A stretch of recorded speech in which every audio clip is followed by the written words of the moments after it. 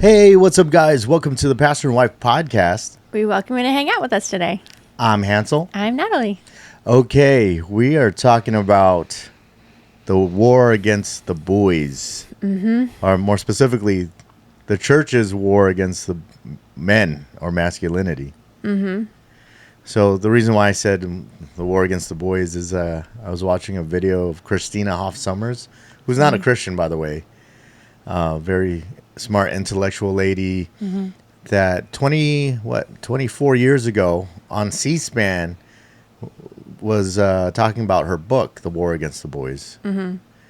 And everything that she predicted is happening now. You know, how people are treating boys as boys' behavior, normal boys' behavior, as a mental illness. Yeah. And I think the church has done that as well. Yeah. It's so sad and convicting, I guess, because, you know, when you write a book, you take a lot of years to do your research. And, you know, she wrote this book like 25 years ago. Yeah. Already. And She's a prophet. yeah. Yeah. Yeah. And it means that this stuff has been this thought process and this like, agenda has been happening for a lot of years, for decades. Yeah, it's the same thing with the social justice thing that has crept into the churches. I think this is even older than that because, you know, we did a podcast talking about forgiveness before. And it doesn't mean that because you love your enemies and pray for those who persecute you, all of a sudden you're a woman. What? That doesn't work. No. No, that's not what it means. Like, to be masculine means that you're the provider and protector of women and children. You're widows and orphans. widows and orphans. You know, you defend the weak, the Bible says. Yeah. And it's just a travesty. You know, I have a story of this man who he leads a Christian men's group. And I think they're pretty big in Southern California, almost 900 members, several churches. 900 members in the men's group? Yeah. Oh, wow. Yeah, it's pretty big. And they do great things, you know. They're not like, you know, leave your feelings at home type of, you know, group. Yeah. Like, they allow men to express their feelings and, you know, it's okay to be emotional as a man, that type of thing. But they do manly things like obstacle courses and survival outings, stuff I like. I know. You're like, your eyes are like beaming right now. Yeah, it's like, that's awesome. Yeah. And knowing that it's, you know, not a rough and tumble type thing. Now, they do have some, you know, self-defense and sparring and stuff that they do, which I love too. Their pastors was afraid it's going to be that. And so they limited the growth of it, like he was telling me. And I was like, how does this work? And he goes, yeah, the pastor's my wife. And I'm like, something is wrong here, man. Like, something is going on. You know what I mean? Like, it's just kind of crazy. The pastor of the church that had this men's group was his wife? No. Oh. He was the one. He's not a pastor. Yeah. He was the one who leads the group, the men's group. But he said the pastor is my wife. Yes. So the pastor of the church is limiting that group because she's afraid. Oh. It's going to because be the wife is afraid? Male chauvinism. Oh, okay. Because it's growing fast. And that's sad to me. That's really sad. Yeah. I mean, and I know there's gonna be a bunch of people in the comments. Women should be pastors. See what happens. You know, there are times where women are allowed to be in ministry, and most women are in ministry of some capacity. A lot of women are. Yeah, yeah. But that's not the point of this podcast. The point is, you know, the war against the boys is this idea that men have to be women to be good people. Yeah. Which is like, so basically you're just saying that masculinity is evil and wrong. Yeah. Yeah, it's crazy. Like, one of the examples of a woman who was in political and religious leadership in the Bible was Deborah. And what did she do? She encouraged the general to go to war against God's enemies. And I'm like, see, I don't know.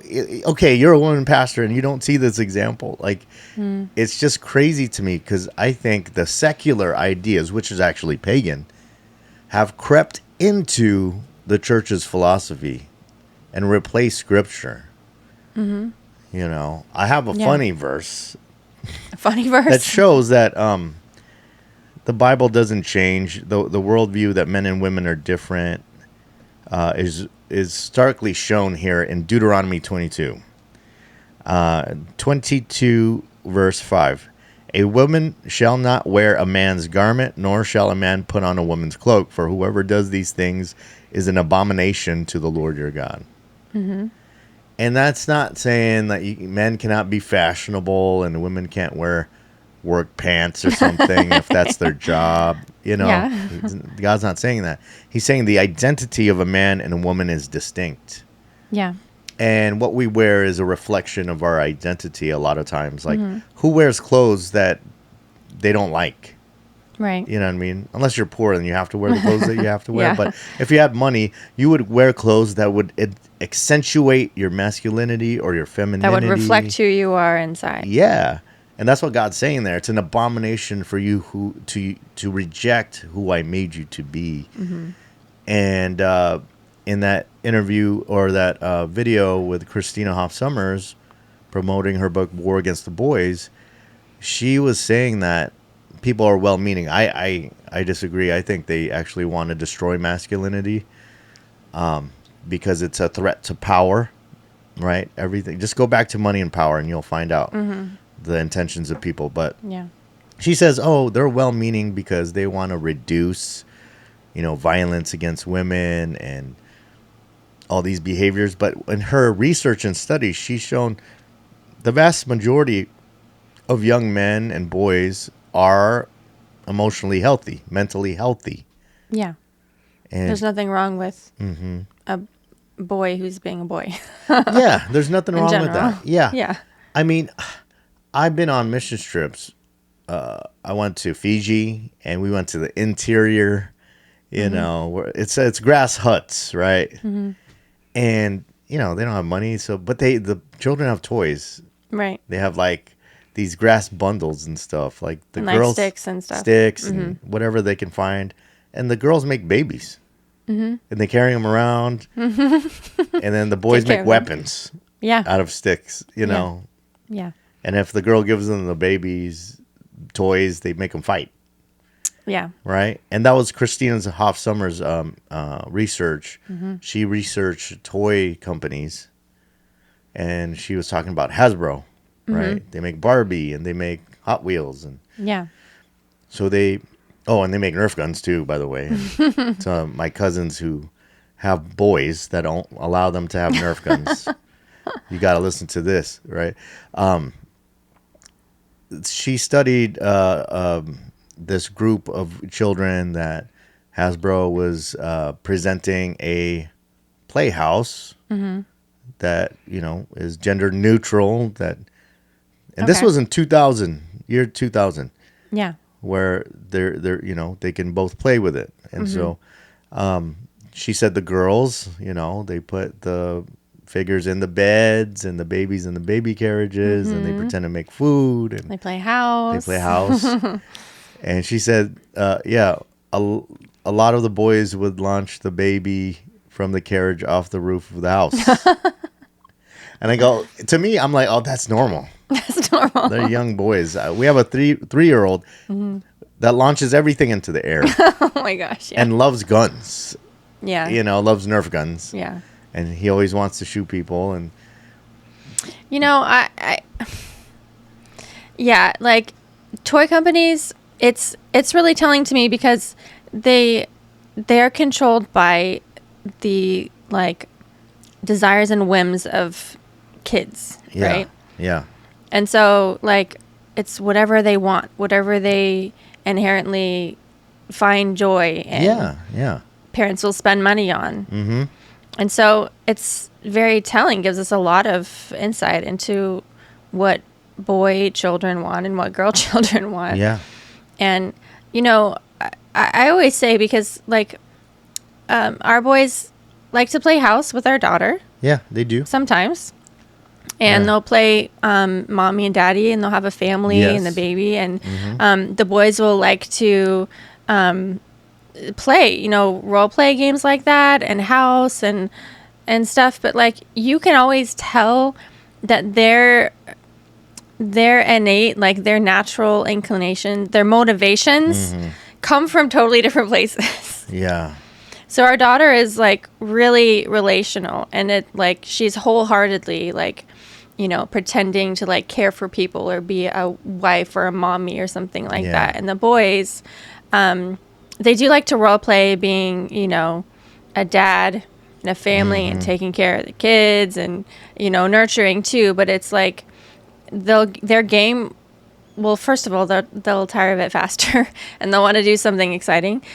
But their game is motivated by just by being a boy, and it's not like that nurturing, caring, like relational motivation. Right. It's like, I'm doing this because I want to be a man, and this Yeah. is what strong men do. And Yeah. they want to have games that have goals and that have competitions and where you can like win and Yeah. prove yourself or Right. something like that. Yeah. And that's natural for a boy to want to prove himself because he wants to know if he's capable or productive, can make things that are useful. And those are the toys that really appeal to boys, like Nerf guns and Legos. And girls, they love relationships. So anything with people and that they can role play. This is a mom. This is a dad. Yeah. This is a baby. They'll play with love that. Legos, but like our sons will play with Legos and build really cool cars and stuff. And Athena will play with Legos, and she'll like want them to be people, and Yeah. she'll want the car to go to a house to visit so and so. Yeah. It's totally Yeah. different motivation. Yeah, totally different. And that's how God made us to be. And it's okay. I mean, when we look at the church though, it's very geared towards women, right? And that's okay because most of the time it's women that attend church. Well, I mean, what do you think the reason for that is? It's Yeah. cyclical. It's Yeah. But there has been philosophical, moves to where I think it's become unbiblical. Where I see it is that a man, can't get angry. A man cannot have like passion towards something. Sometimes stoicism gets too stoic, and a man loses his true nature and power. I give an example. It's like, remember the 1970s Jesus movie where Jesus was like, he never smiled and he never got he was angry. like, is really like just like Zen all the time, and Yes, just like yeah. floating on air and Yeah. wasn't passionate or about anything. Yeah. And there's times where that's great. There's times where that is, what a man should do. But if he's overthrowing the tax collectors and making it a whip, there's going to be anger on his face. It's not sin when God gets angry because he's justified. And then I love the picture of Jesus laughing with the disciples, and he's a man. He's the man that men should emulate. And so when I see that, when I see in the church, most men are, I mean, they're kind of feminine. You know what I mean? Like, oh, brother, and I get it. We have to be Christian. We have to be Christ-like. We have to be kind. We have to be compassionate. All those things. I don't want to take those things away. Yeah. But it's okay for a man to be angry at the wrong thing. Yeah. I love the fiery preachers, that just rail against, all this Marxism and far leftism in our culture, and more coming out, and it's good. Yeah, I love it. I remember Mark Driscoll. I think we talked about this before, but Yeah. he went on his YouTube channel, and he was talking to the men at his church that are sleeping with their girlfriends that are not married yet. Yeah. And he goes, "How dare you? Yeah. How dare you take advantage of a daughter of the king like that?" You know, and I thought that was right. And a lot of Yeah. people gave him heat for it, that he was too harsh. He was, angry about it. And I was like, no, that was the right response It's the right response. for someone protecting Yeah. the flock, right? And that was a right response to men, because I think men can handle it. Men can handle a direct response like that if it's serious enough and if it's justified. And I think the church has lost that. Everything is so, beat around the bush and kill them with kindness, which I believe in. But there's a time when killing and kindness ain't working. So you just got to kill their ego, Yeah. that's it. And if they leave, that's on them. That's It's lost. It's like having that standard and having that strong stance that really gives people security. Yes. And I've been part of men's groups, big and small. And one thing I've noticed is that they promote people having thick skin. And so when someone calls you out for something, right or wrong, you have the chance to defend yourself. And at the end of the day, your brothers or your fellow men's club members, whatever you want to call it, and the issue is resolved because it's brought to the surface.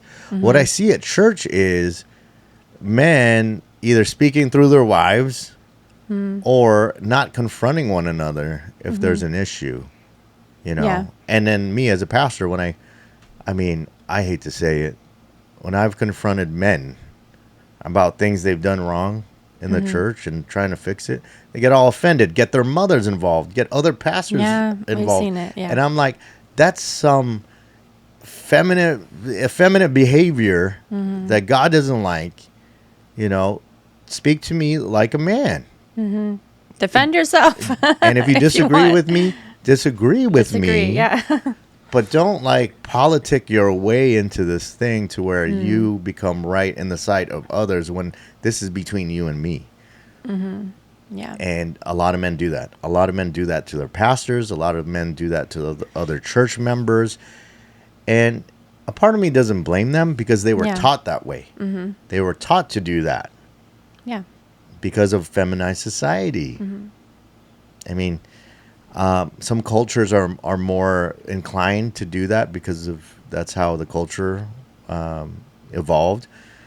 But at the end of the day, even in those cultures, when push comes to shove, men do confront each other directly.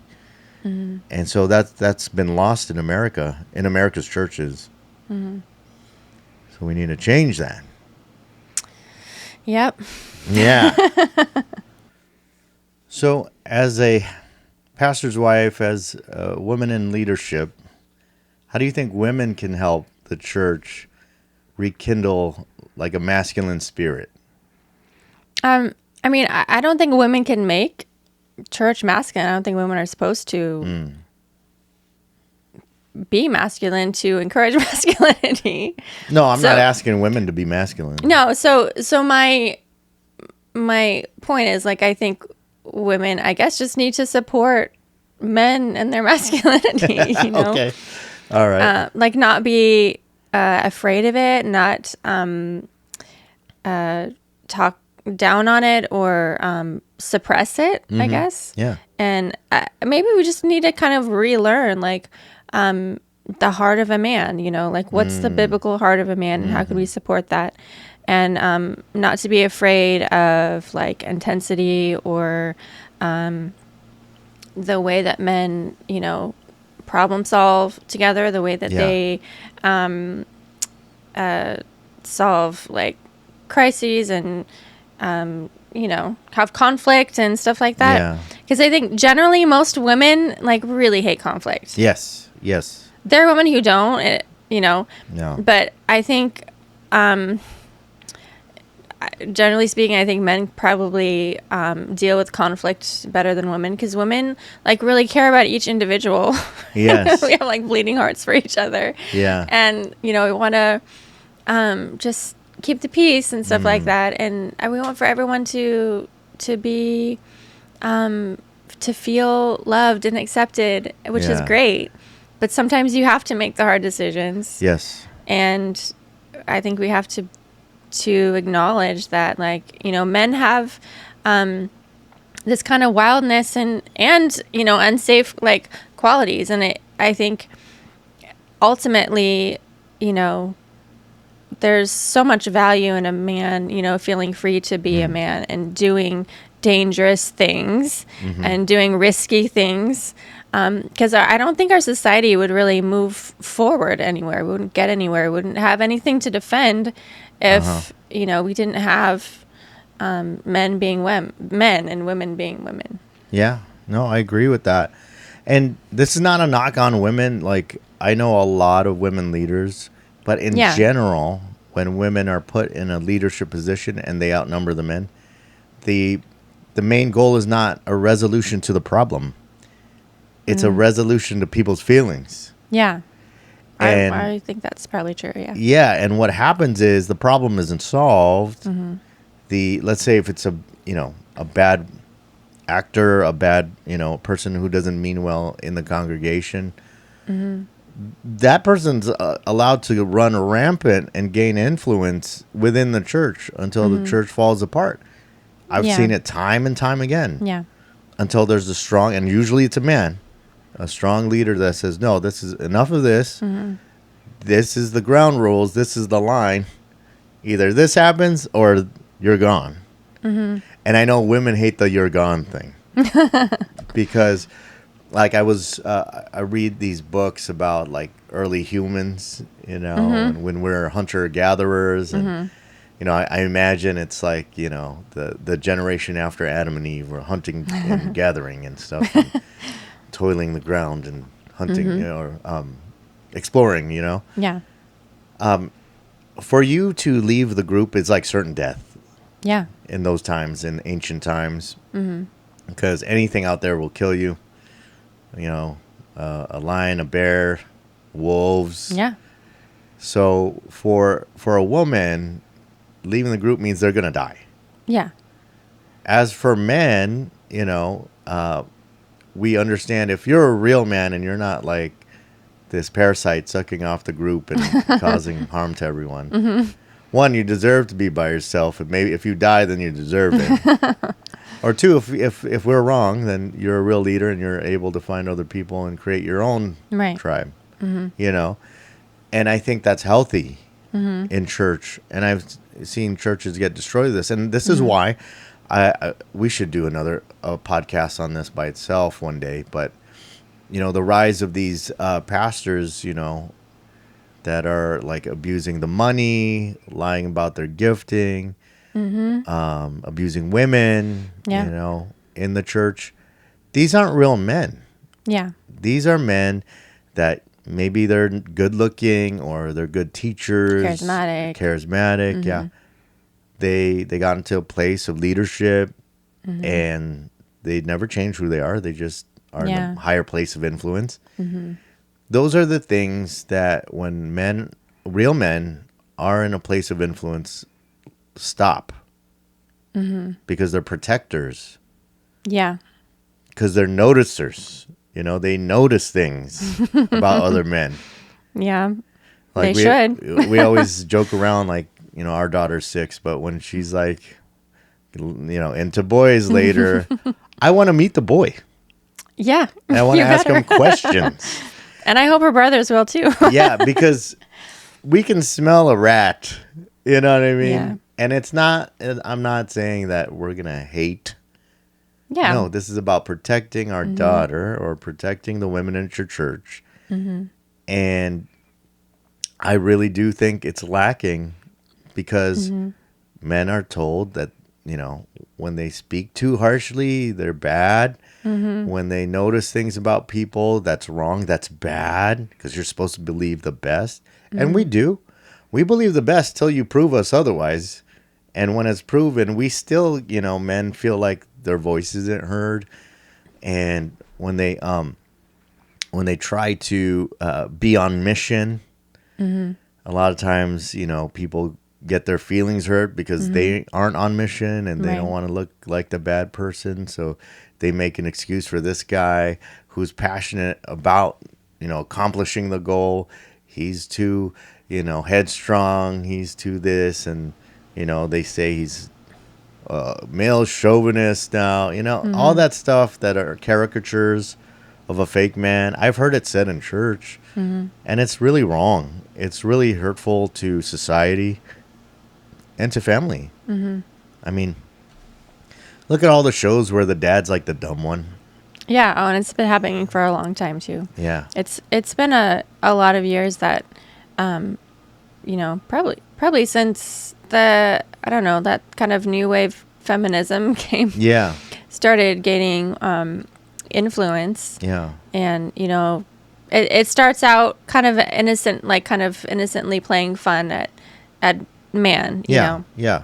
And, men are like, okay, well, I can take it. Yeah. You know what I mean? Totally. So at first it doesn't It's seem fine. so threatening, but then you get that for some years, and then it's like, oh, well, my dad's just dumb, Yeah, or whatever, or right. he doesn't understand, or he just says Yeah. dad jokes and doesn't really get it. He's just Yeah. kind of out of the loop, Right. And then it just progresses, and now we're here at this point where, masculinity is evil Yeah.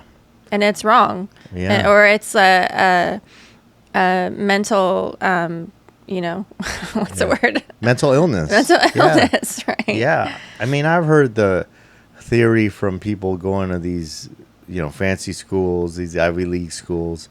Multiple times, people are writing dissertations about everyone is gay because everyone starts out as female. And then when this hormone and this chromosome change, okay. then it becomes a male. So everyone starts off gay. It doesn't even make sense to me. But what I hear the spirit of that is that, yes, masculinity is very, very bad for society, and they keep trying to change men and women. And what ends up happening is men have no place, and that actually drives more of these abhorrent behaviors that we do see in men. Men becoming Right. like mass shooters, incels, all these other things. Right. I mean, what happens when you don't teach men how to be good men? Yeah. What happens when you don't teach men to be men at all? Then Yeah. you get a bunch of little toddlers in men's bodies. That's right. And what do you think is more dangerous? A man Yeah. who knows how to be a man, which is truly, being strong and having the ability to be dangerous, but having self-control. I guess women don't really view masculinity as something like that, and there's fear there that it's just going to be totally unbridled and out of control. But the truth is, what happens when you restrict that is it ends up being so much worse. Now, who's going to defend you against a man in a stronger body when there's no men left to who knows how to fight and defend anything anymore? Yeah, it's that saying like everyone hates that, that masculine strongman till another masculine strongman that's evil comes into the picture. Yeah. And that's the case. I feel like it's a travesty of justice when, these men are deemed as bad, and then yet when something bad happens, who do you call? These men. Like I make the case of this extreme feminism cannot exist if there was no police. Yeah. Even women police officers, I've seen them get beat up so many times on these videos, unless they have backup. You know what I mean? Like, if it's a woman arresting a woman, yeah, sure. But I've seen, unfortunately, maybe she's the only one there at the time, and there's a bigger guy that she has to arrest. It doesn't go well. Yeah. Just because the man has different, physiological structure, his body and mentality too. Yeah. And that's the thing. It's like I seen it creep into the church, and it's wrong. And what we need to do is recognize this isn't. I don't think it's a natural thing.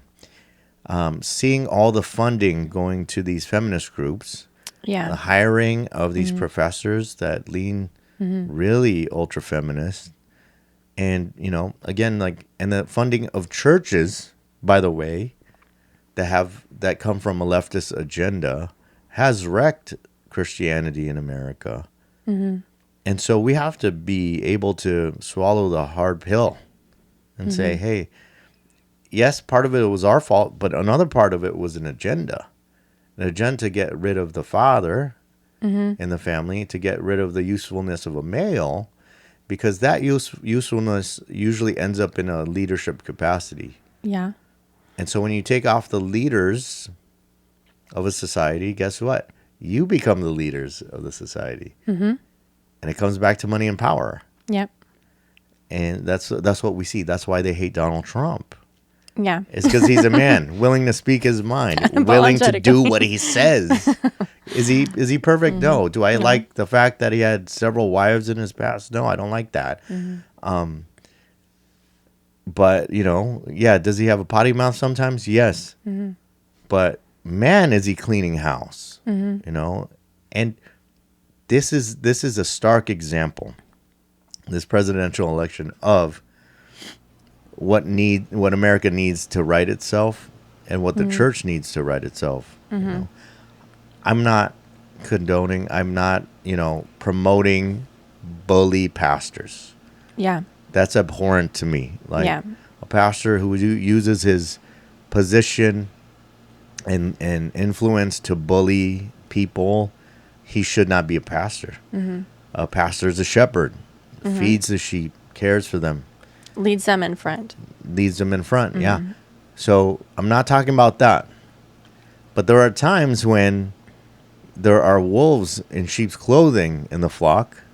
And if the pastor isn't a real leader, he will cave. I was talking to another pastor, he's retired now, 30 years, our buddy John, and he's seeing all this stuff, even locally, not famous pastors, but local pastors here in Southern California.